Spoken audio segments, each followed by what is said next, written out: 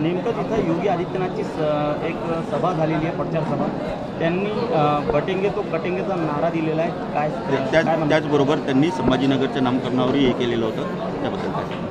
हे बघा, वंचित बहुजन आघाडीची नेहमीपासून भूमिका क्लिअर राहिलेली आहे की जेव्हा औरंगाबादचं हायकोर्टचं नाव बदलेल तेव्हा आम्ही औरंगाबादचं नाव वेगळं काहीतरी म्हणायला लागू, तोपर्यंत आम्ही औरंगाबादच म्हणू. आणि त्याच्याहून महत्त्वाचं तुम्ही दोन गोष्टी समजून घेतल्या पाहिजे.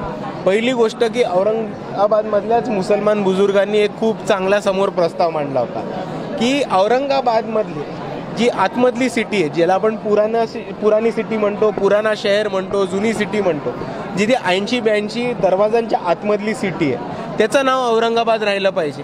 आणि ज्या गेटच्या बाहेर ज्या नवीन सिटी आली आहे, जिकडे MIDC एरिया येतो, ग्रामीणचा भाग येतो आणि नवीन जिल्ह्याचं ठिकाण येतं, त्याचं नाव आपण संभाजीनगर ठेवू शकता.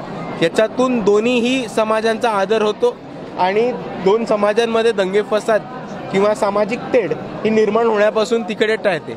हे औरंगाबादच्या बुजुर्गांनीच ह्या सल्ला दिला होता, तर ह्याचा लोकांनी विचार करावा अशी एक गोष्ट मानते.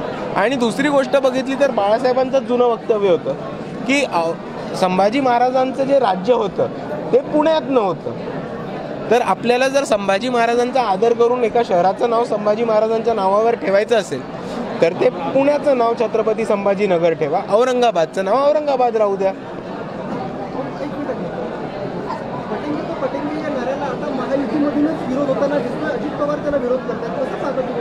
हे बघा, ते बहुतेक परतीचे दोर उघडे ठेवले, त्याच्यावर मी जास्त काही नाही बोलणार.